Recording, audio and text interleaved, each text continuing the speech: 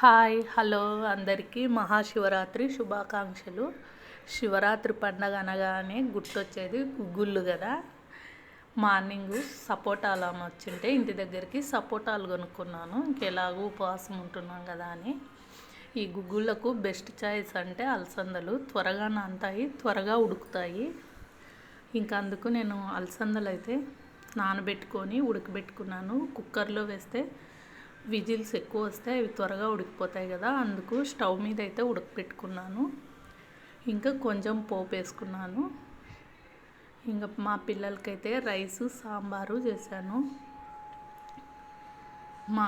నాకు అలసంద గుగ్గుళ్ళు చేసి పెట్టుకున్నాను. పిల్లలకి కూడా ఈవినింగ్ స్నాక్స్గా కూడా తినొచ్చని ఎక్కువ చేశాను. ఇంకా మహాశివరాత్రి రోజు నేనైతే ఇంట్లో అయినా కానీ దగ్గరలో ఉన్న గుడిలో అయినా కూడా 12 అభిషేకం చేసుకునేట్లుగా అరేంజ్ చేసుకుంటాను. అయితే 3 years నుంచి నేను ఏ గుడికి వెళ్ళట్లేదు. ఆ టైం తప్పించి వెళ్తాను కానీ ఆ టైంలో ఇంట్లోనే అయితే మా ఇంట్లో ఉన్న చిన్న శివలింగానికి అభిషేకం చేసుకొని నైవేద్యం చేసి పెట్టి టెంకాయ కొట్టుకొని ఒక 1-2 o'clockకి పడుకుంటాను. అంటే పూర్తి జాగరణ చేయలేను. ఒక 2 వరకు అట్లా ఉండేసి ఇక నిద్రపోతామన్నమాట. మరుసటి రోజు మళ్ళీ మామూలుగా అన్నం ఒకేసారి చేసేసుకుంటాను. ప్రతి శివరాత్రికి నేను చేసే విధానం అంటే ఇదే అండి. మా వీడియో నచ్చకపోయినా కూడా లైక్ వేయండి.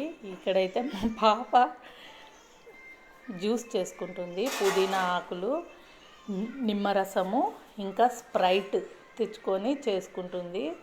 దాన్ని బాగా డెకరేట్ చేసుకుంటుంది మా పాప అయితే. అంతే అండి ఈ వీడియో. బాయ్.